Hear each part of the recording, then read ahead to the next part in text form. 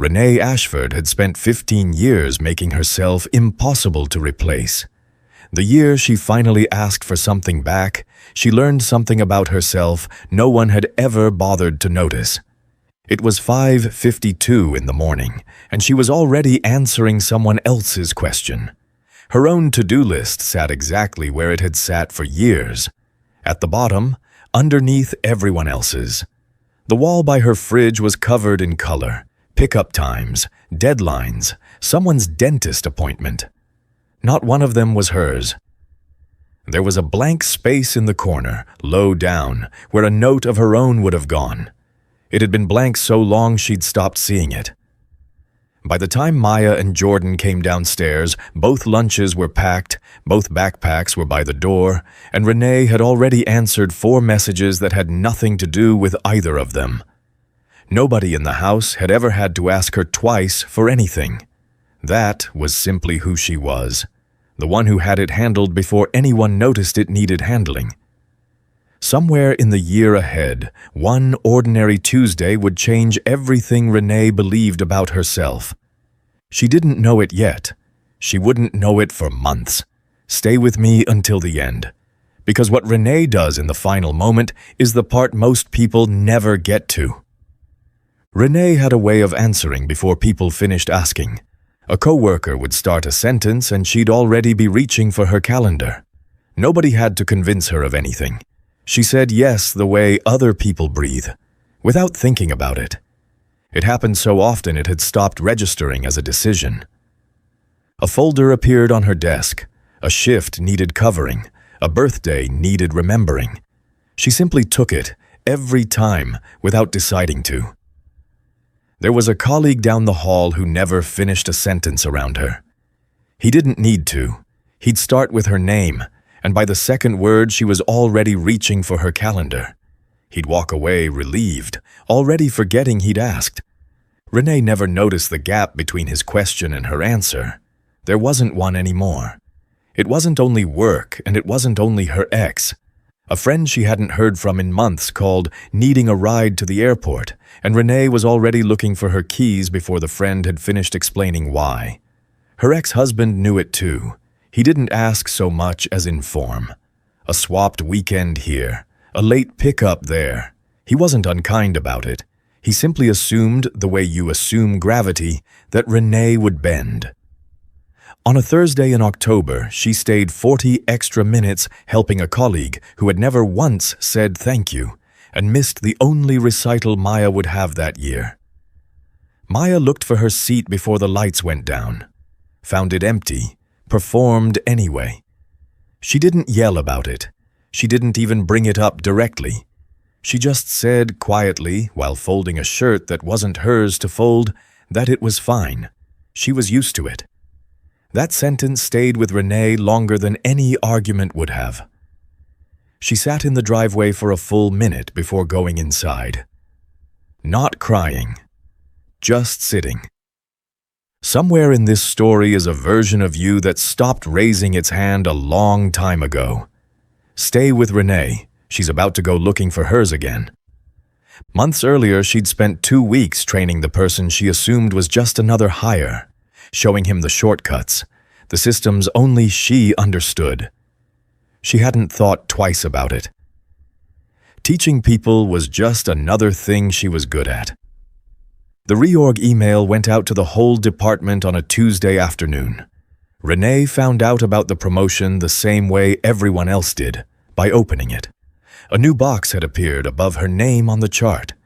Someone else's name was in it, someone she had trained. When she asked about it, her manager seemed almost confused by the question.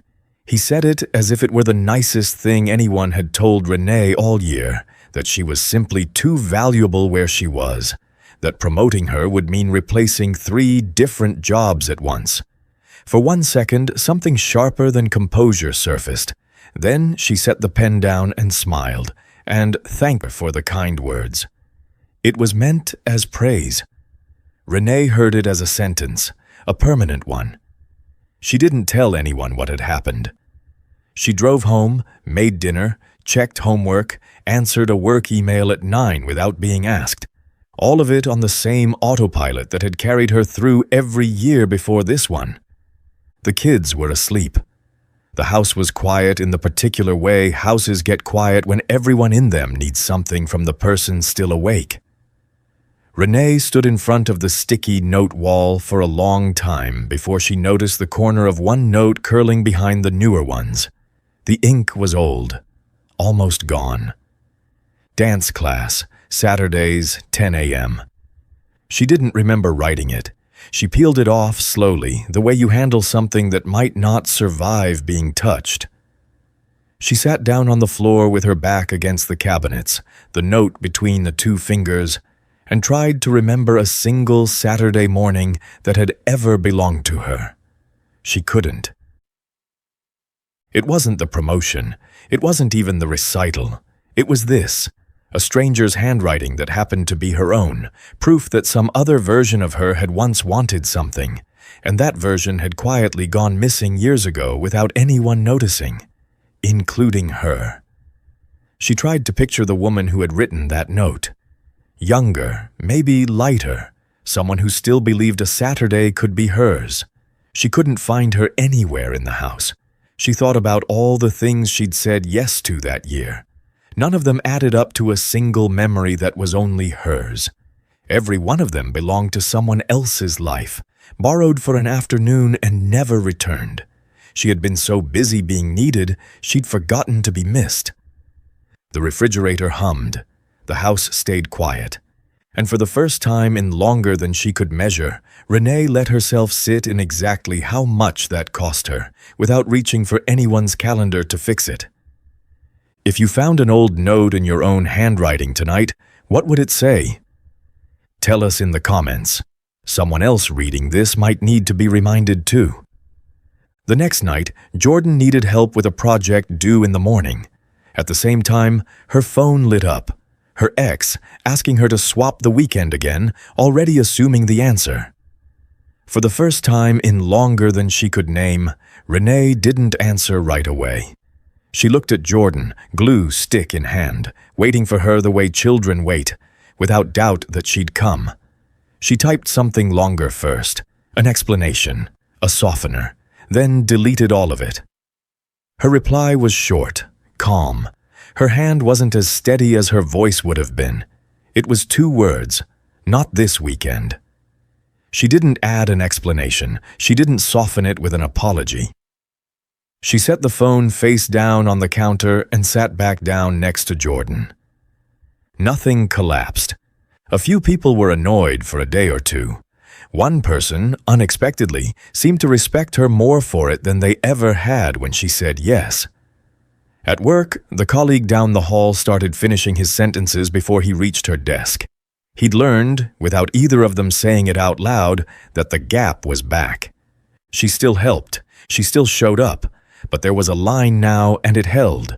The people who had only ever wanted what she gave them started to drift. The ones who wanted her stayed. For the first time in years, her own name was on the wall, right next to a note in her own handwriting.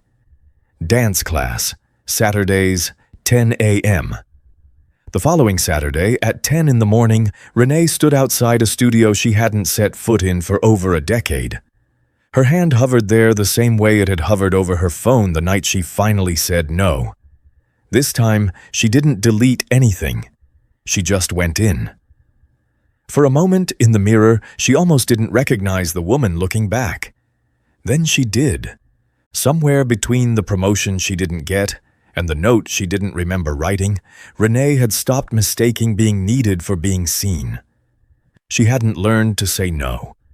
She had remembered who she was before she forgot to ask, and for the first time in 15 years, there was room on the wall for exactly that. Not because anyone had given her permission, because she had finally remembered she didn't need it.